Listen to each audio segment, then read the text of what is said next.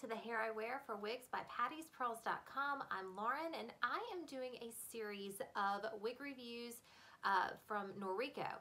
Now I have never tried Noriko pieces, so I was super excited to get my hands on some. I've seen them online. I have heard all about the Noriko Milan.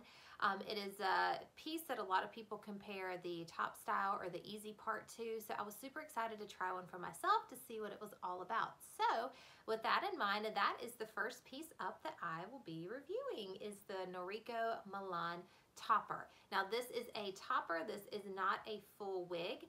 I have more wigs to show y'all from Noriko, but this one we're going to start out with the topper. But first, before I say anything, I always want to talk about the piece that I'm wearing because I always get so many questions about what I'm wearing in the first part of my video. So this is the Jon Renau Top Style Synthetic. It's formerly called the Jon Renau Top Secret, but it is an 18-inch synthetic topper. It's actually the same size base that I am reviewing with the Milan, so it's a great comparison. And this color is 6F27. Oh, I should have looked it up. Caramel ribbon or caramel swirl. I think it's caramel ribbon. But it is a medium brown with a lot of kind of caramel blonde and auburn highlights. So it's a warmer tone piece. I've been wearing this for gosh, about a month and a half now, and I love it. It's just my everyday piece that I throw on, super easy to wear, the 18-inch Jon Renau Top Style Synthetic. Okay, getting back to the Noriko Milan. Now, this color that I'm showing you is so beautiful. It's definitely darker than what I am wearing, but this is called Chocolate Swirl. Now, this is a medium brown base, and it has highlights with chocolate auburn and golden blonde. And as you'll see, it's highlighted heavily in the front. I don't know why I'm showing you my hair going like this. It's highlighted heavily in the front, and then it's more of a blended highlight in the back.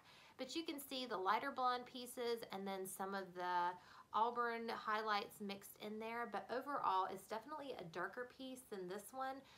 There's more of that medium brown base peeking through. So it's going to give you definitely a darker base than this one. Okay, let's talk about the cap construction. The base is 8.5 by 9, so this is a pretty full coverage topper, which is what I like. I feel like my toppers are most secure when they come down a little bit further onto my head instead of clipping right here at my crown, and that's where my hair is the thinnest, so there's not a lot for it to clip onto. So I like a good wide base, which is what this one is. It has a hand-tied mono top, so you can part anywhere in the middle, and then it has 5 pressure-sensitive clips, and there is that nice kind of velvet right underneath the clips to give it a softer feel. It does have some wefting here below the top, the mono top, so you have some nice stretch to it. This is an overall length of 15 inches. So it's a little bit shorter than this one. This is an 18-inch length, and I feel like the front pieces, there's more layers here in the front that's going to give you a little bit of a shorter look in the front. So the front is 8.5 inches, and the weight on this one is 4 ounces. So it's definitely lightweight, and it is a synthetic fiber. Okay, that is all I can say about Noriko Milan. I'm going to go put her on so you can see how she looks. Be screenshot ready because here are all the details on Noriko's Milan.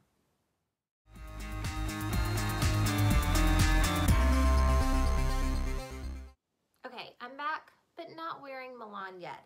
I know a lot of you are super curious how to put a topper on, and you kind of like to see what it looks like and how to blend it. So I'm actually going to put this on for you and show you how I blend it in. So you definitely want to start with all of your clips open. Make sure that there is no hair caught up in it. So this is what your top looks like with your mono top. It has a little bit of a poly strip here. So if you ever need to use any kind of glue or tape, you could put it on that poly strip without messing up the mono top. Okay, so I just kind of, and this is a mistake I make a lot with my toppers, and I still do, but wherever it's parted, I try to line that part up with my part, which is not how you're supposed to do it. You want to put it straight on your head, so these two clips are the same distance apart, and then, because you don't want a lopsided topper or your length is going to be off, so you definitely want to just put it straight on your head, lining it up equal distance on both sides of your head, And then once you have it on there, then you can play around with the part and get it to where you need your part to be.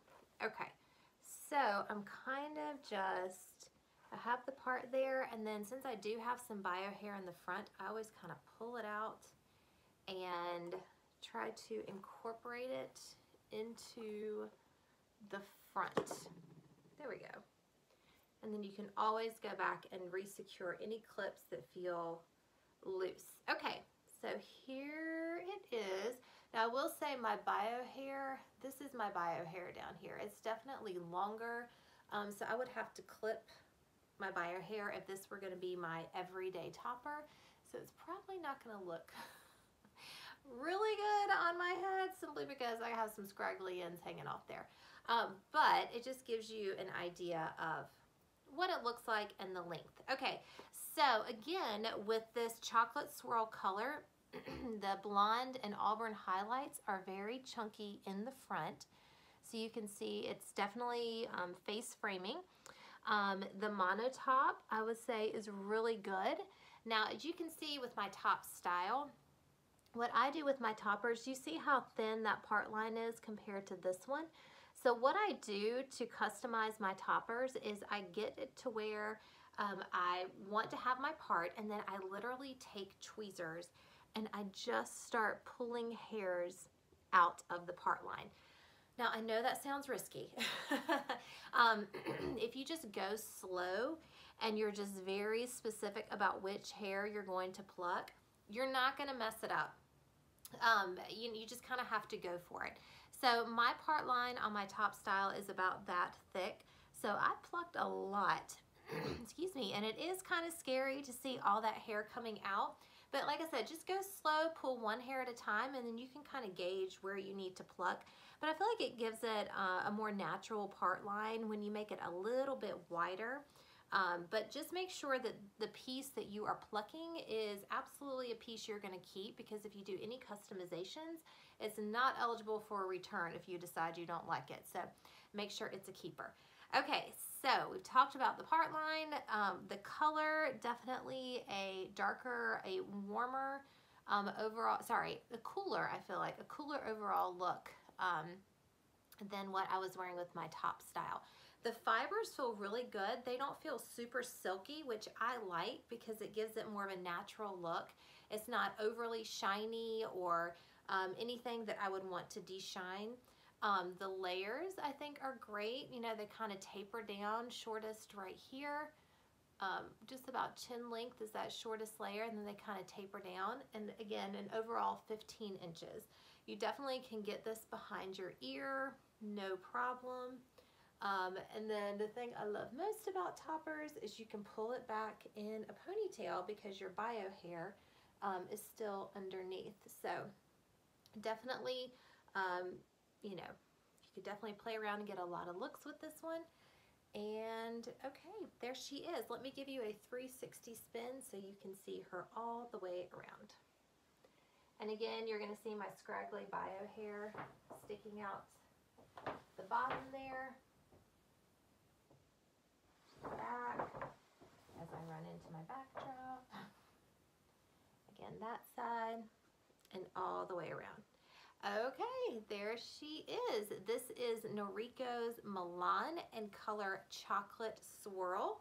If you need her in your life, head on over to wigsbypattiespearls.com. All right, guys, I'll see you next time.